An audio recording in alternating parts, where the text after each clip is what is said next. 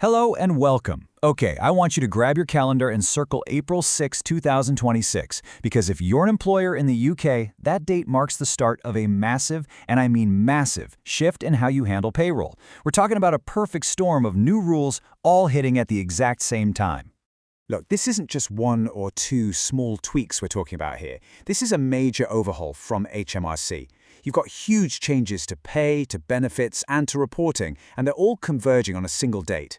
So the big question really is, are you ready for this? Is your business actually prepared? All right, let's dive in and make sense of it all. We're going to break this down into 5 key areas. First, we'll get the big picture of this shakeup. Then, we'll drill into what's happening with pay. Then taxes, then the brand new reporting rules, and we'll finish up with a practical checklist to get you ready. Okay, first up, the 2026 shakeup. So what exactly is going on, and why is it all happening at once? Well, people are calling it a perfect storm for a good reason. It's this convergence of really significant updates from all sides.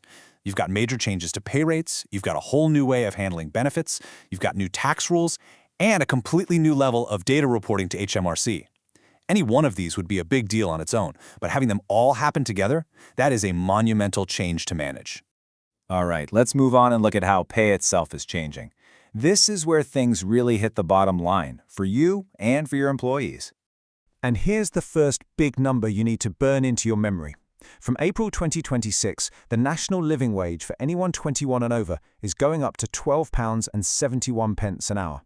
This is a really crucial figure that's going to impact budgets for pretty much every single employer in the country. And check this out. For younger workers, the jump is even bigger. The minimum wage for 18 to 20-year-olds is getting a huge 8.5% boost. Now, this is all part of a plan to bring their pay more in line with the national living wage, but for any business with younger staff, well, that's a pretty significant cost increase you're going to have to factor in. So here's how it all breaks down in one place. You can see it's not just the main rates. The rate for 16-17-year-olds and the apprentice rate are also going up to £8 an hour.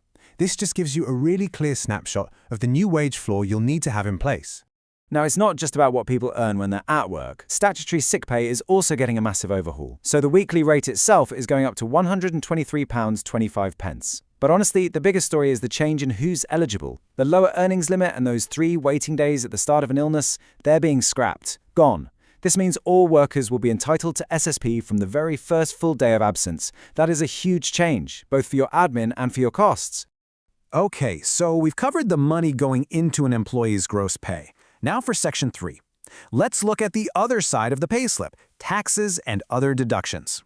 You know, with all this chaos, it's actually helpful to see what's staying the same for a minute. The personal allowance, that's staying put at $12,570, and the thresholds for higher rate tax and auto-enrollment also frozen. So what you really need to focus your attention on is updating your systems for the new student loan thresholds and just being aware of those increasing dividend tax rates. Knowing what's stable helps you zero in on what's not. Okay, let's zoom in on those student loan changes. We are seeing the repayment thresholds go up for plans 1, 2, and 4. But the big one, the one to really watch out for, is the introduction of this brand new Plan 5. This is for recent students, anyone who started a course from August 2023, and it has a much lower repayment threshold of $25,000. You're going to start seeing this pop up on start notices from HMRC, so be ready. And now for what might just be the biggest headache of all. Section 4, the new reporting rules. And trust me, this is a genuine revolution in how you do your payroll admin. So this is one of the most fundamental shifts happening. The old P11D process, where you report benefits in kind like health insurance or a company car after the tax year is over, that is gone. From April 6, 2026, payrolling these benefits is mandatory. This means you'll have to calculate the tax on them and pay it in real time through your regular payroll every single month. It's a gigantic process change from annual reporting to live reporting. And the data demands? Oh, they do not stop there. HMRC now wants a much more detailed picture of how your employees work. So from 2026, every single payroll submission you make will have to include the exact number of hours each employee worked in that pay period.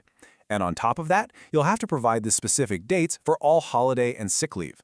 This basically turns payroll from being just about pay to being about detailed, real-time attendance reporting. And as this analysis from More South makes crystal clear, this is not optional. You can't just try to make do. If your current software can't handle this level of detailed, real-time reporting, then you are required by law to adjust it or upgrade it. The responsibility is 100% on you, the employer, to be compliant from day one. Okay, I know that was a lot to take in, so let's get practical with our final section, the action plan. This is your checklist for getting your business ready for April 2026. Here is a clear 4-step plan to get you started. First, review your systems, and do it now. Can your software actually do this stuff? Second, get on the phone with your providers. Don't wait. Ask them directly if they are ready for these changes. Third, if the answer is no, you need to plan your upgrade early. Please, do not leave this until March 2026. And finally, communicate. Talk to your own teams and your wider workforce about the changes that are coming. And here are just a few more crucial little details. You're going to need a solid process to calculate the cash equivalent of benefits every single month. It's also probably a smart idea to try and align your benefit renewal dates with the tax year. It'll just make your life easier. And of course, don't forget to train the staff who will be managing all these new processes and prepare all of your employees for how their pay slips are about to look very different. So here's the crucial takeaway. The changes coming in April 2026 are about so much more than just numbers. They represent a fundamental shift.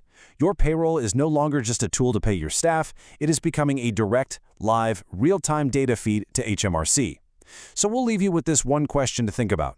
Is your business really ready for that level of transparency and scrutiny?